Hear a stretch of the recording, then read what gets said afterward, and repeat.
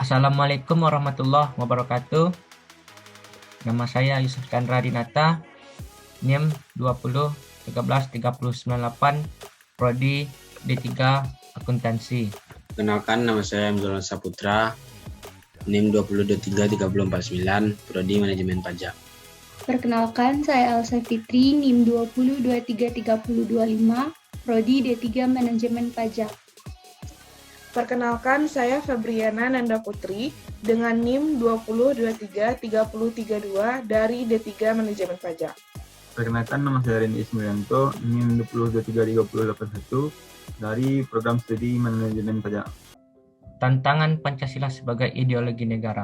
Pancasila sebagai ideologi negara dalam masa pemerintahan Presiden Soekarno. Ideologi Pancasila mengalami pasang surut karena dicampur dengan ideologi komunisme dalam konsep Nasakom.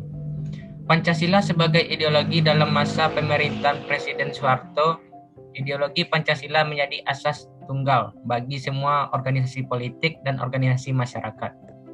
Pada masa era reformasi, Pancasila sebagai ideologi negara mengalami pasang surut dengan ditandai beberapa hal seperti enggannya para penyelenggara negara mewacanakan tentang Pancasila, bahkan berujung pada hilangnya Pancasila dari kurikulum nasional.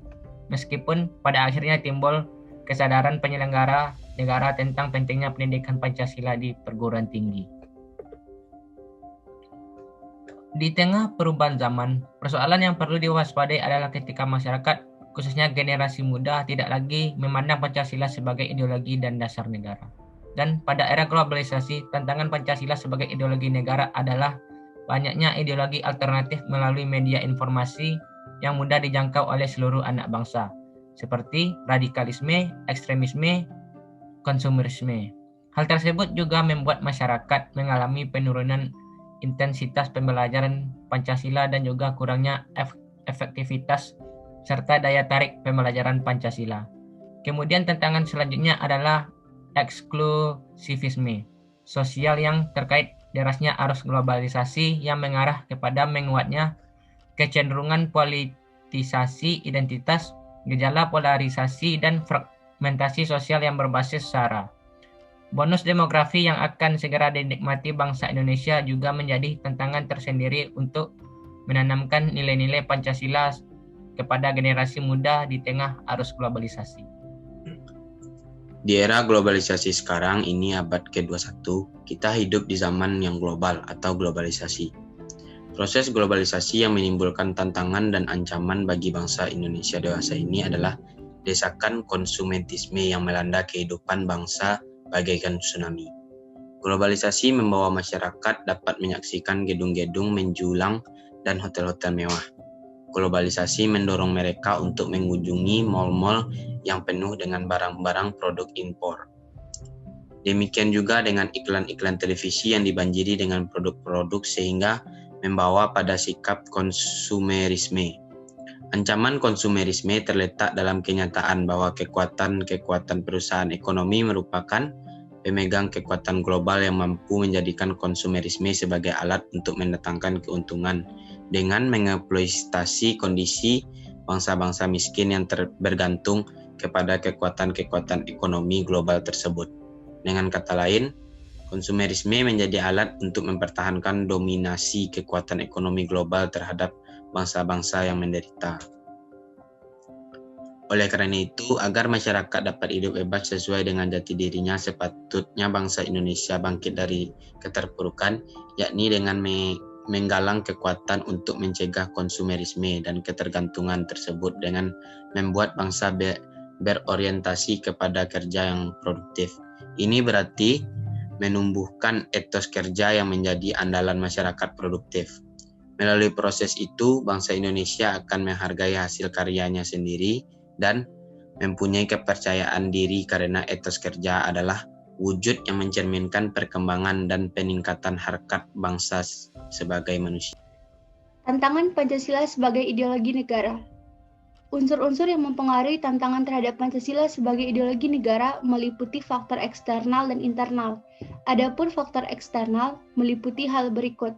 Pertama, pertarungan ideologis antara negara-negara superpower antara Amerika Serikat dan Uni Soviet antara 1945 sampai 1990 yang berakhir dengan bubarnya negara Soviet sehingga Amerika menjadi satu-satunya negara superpower. Kedua, menguatnya isu kebudayaan global yang ditandai dengan masuknya berbagai ideologi asing dalam kehidupan berbangsa dan bernegara karena keterbukaan informasi. Ketiga, meningkatnya kebutuhan dunia sebagai akibat pertambahan penduduk dan kemajuan teknologi sehingga terjadi eksploitasi terhadap sumber daya alam secara masif. Dampak konkretnya adalah kerusakan lingkungan seperti banjir dan kebakaran hutan. Adapun faktor internal sebagai berikut. Pertama, pergantian rezim yang berkuasa melahirkan kebijakan politik yang berorientasi pada kepentingan kelompok atau partai sehingga ideologi Pancasila sering terabaikan. Yang kedua, penyalahgunaan kekuasaan atau korupsi mengakibatkan rendahnya kepercayaan masyarakat terhadap rezim yang berkuasa, sehingga kepercayaan terhadap ideologis menurun drastis. Dengan tantangan Pancasila semakin berat, generasi bangsa diharapkan mampu menjaga dan mempertahankan Pancasila sebagai ideologi negara.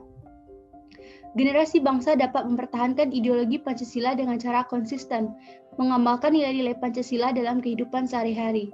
Sila ketuhanan yang Maha Esa dapat diwujudkan dengan toleransi terhadap orang lain yang memiliki keyakinan yang berbeda. Kemanusiaan yang adil dan beradab dapat diwujudkan dalam bentuk perilaku saling menghargai martabat sesama manusia dan tidak melakukan diskriminasi. Sila Persatuan Indonesia tercermin dalam sikap gotong royong dan usaha untuk menciptakan kerukunan. Sedangkan sila kerakyatan yang dipimpin oleh hikmat kebijaksanaan dalam permusyawaratan perwakilan dapat diwujudkan atau diamalkan, misalnya dengan menyelesaikan masalah melalui musyawarah. Sementara itu, sila keadilan sosial bagi seluruh rakyat Indonesia dapat diwujudkan dalam bentuk perilaku menghargai hak orang lain serta melaksanakan kewajiban. Terdapat beberapa landasan tantangan pendidikan Pancasila sebagai berikut. Yang pertama, landasan pendidikan Pancasila. Sebagai sebuah landasan dalam pendidikan Pancasila sangatlah mendasar, yakni sebagai nilai-nilai pendidikan karakter. Di dalam era globalisasi, pentingnya pendidikan karakter merupakan upaya dalam membangun karakter bangsa agar tidak kalah dalam persaingan global. Yang kedua, landasan sejarah. Kedudukan Pancasila sebagai dasar negara dan pandangan hidup bangsa Indonesia tercipta melalui serangkaian tahapan panjang. Bangsa Indonesia menempuh jalan yang tidak mudah demi menemukan jati diri bangsa yang memiliki kedaulatan dan berprinsip yang merefleksikan Pancasila sebagai filsafat hidup, yang memiliki 5 dasar utama dan saling memiliki ikatan yang akan selalu terkait di dalam setiap sila. Melihat sejarah yang panjang akan membuat seseorang yang mempelajari nilai-nilai Pancasila sebagai ideologi terbuka mendapatkan pemahaman yang lebih mendalam. 3. Landasan budaya. Kebudayaan yang dimiliki bangsa Indonesia merupakan sesuatu yang terlihat dari peninggalan-peninggalan adat istiadat serta perilaku dan norma-norma yang tidak tertulis namun tetap dipegang teguh sebagai pedoman dalam menjalani kehidupan. Nilai-nilai kebangsaan yang terdapat di dalam setiap sila di dalam Pancasila ialah nilai-nilai budaya yang tetap terjaga keasliannya.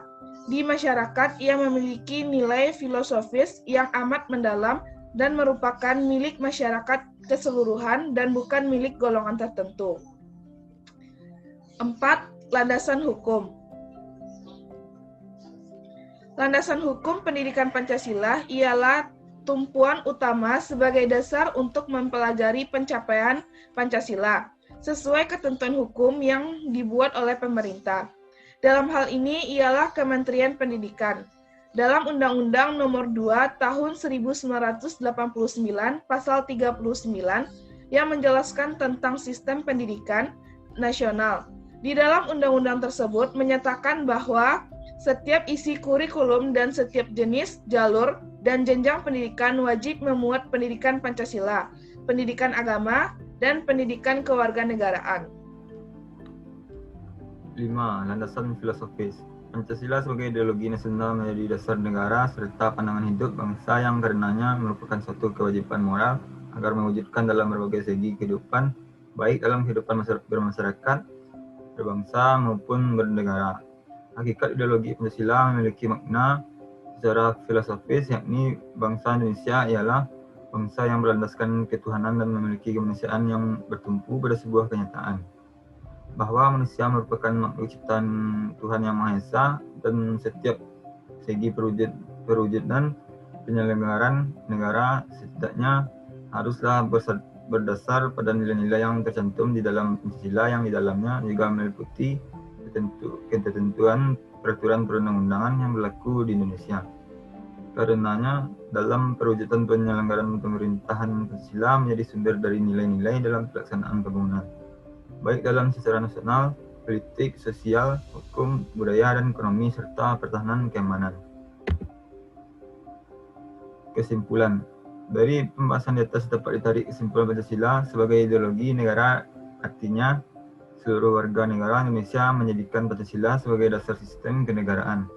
Pada hakikatnya, Pancasila sebagai dasar negara memiliki 3 dimensi, yaitu dimensi realitas, idealitas, dan fleksibilitas. Dan tantangan Pancasila dari zaman ke zaman yang semakin berat. Generasi bangsa diharapkan mampu menjaga dan mempertahankan Pancasila sebagai ideologi negara dengan cara mengamalkan nilai-nilai Pancasila dalam kehidupan sehari-hari. Baiklah, sekian presentasi dari hasil kelompok 10. Maaf apabila ada kesalahan. Sekian, terima kasih. Assalamualaikum warahmatullahi wabarakatuh.